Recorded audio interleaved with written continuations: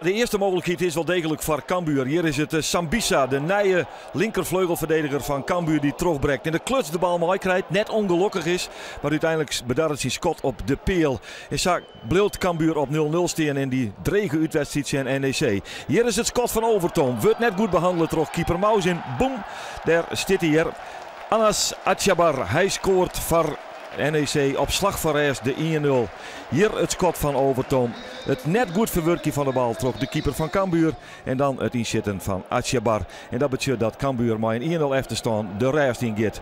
In de tweede helft is NEC de betere ploeg. Hier komt de onval. Van Panay is het Atjabar. Atjabar shit en crack nice. Dat hier de 2-0 wezen kunnen.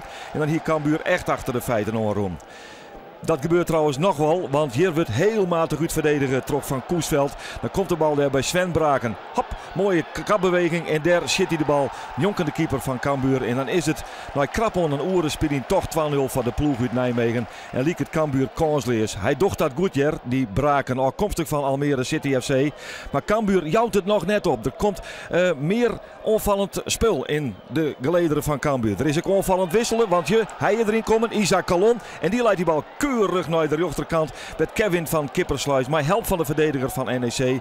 Ja, in de 87e minuut nog de 2-1 maakt. En dan gebeurt er wat. Dan gebeurt er wat bij Cambuur. Dan komt er elan, dan komt er vechtlust, dan komt er wat los. En dan komt deze onval er nog een keer aan. Die bal die wordt heeg ingebracht. Daar leidt Rossi, daar leidt Van Eijden. Wat is daar gebeurd? Maar de bal komt bij Mbende en boem! Hij jaagt hem in het dak van de goal. Jongen.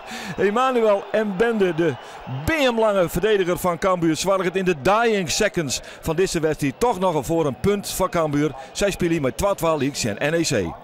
NEC uit 2-2. Het is niet een slecht resultaat, Kevin. Nou, ik denk dat je bij voorhand, als je het team van NEC kijkt, daar misschien wel voor tekent. We waren natuurlijk aan het spelen voor de winst. Want ik denk dat Cambuur altijd voor de winst moet spelen. En we speelden niet goed. Ja, uiteindelijk met een gelijkspel hier dan mag je tevreden zijn. Daar hangt altijd nog iets van maar over als jij het zo zegt. Nou ja, ik denk als je kunt zeggen van je komt ook gewoon goed weg. Zo simpel is het. Maar uiteindelijk zijn we er wel voor blijven knokken. En dan verdien je dat uiteindelijk ook wel weer.